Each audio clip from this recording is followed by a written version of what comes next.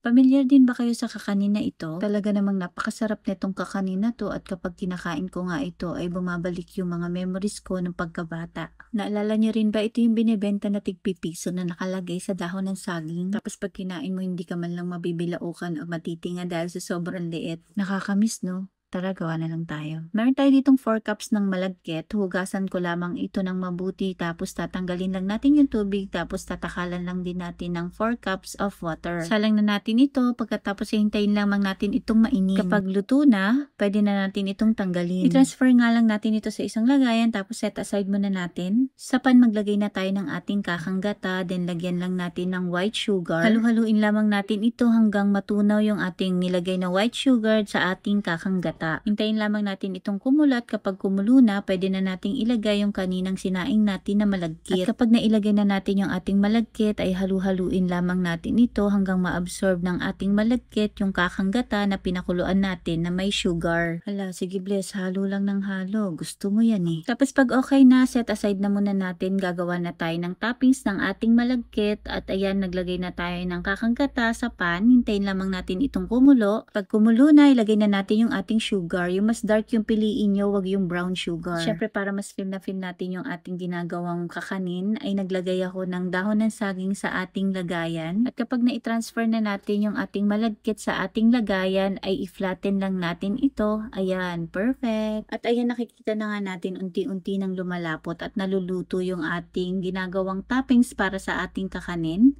At kapag ganyan na yung consistency ay pwede na yan. At ayan, malapit na tayo sa exciting part. Habang binubuhos ko nga ito sa ating malagkit ay gusto ko na itong tikman. Shoutout po kay Ma'am Benalyn Montogon from Negros Occidental, Lovella Orhaleza from Real Quezon, Lilibet Bombales from San Pedro Laguna, Carinel Basco from Zamboanga City, Cristina Jacinto from Antipolo City, Beth Obrique from Bahrain, and Ma'am Dina Del Carmen from Tarlac.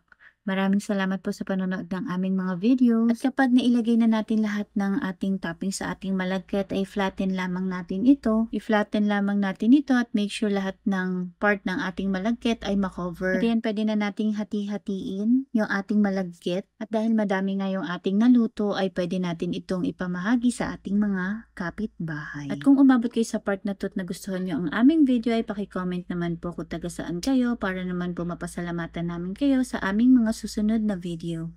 Yun lamang po. Maraming salamat.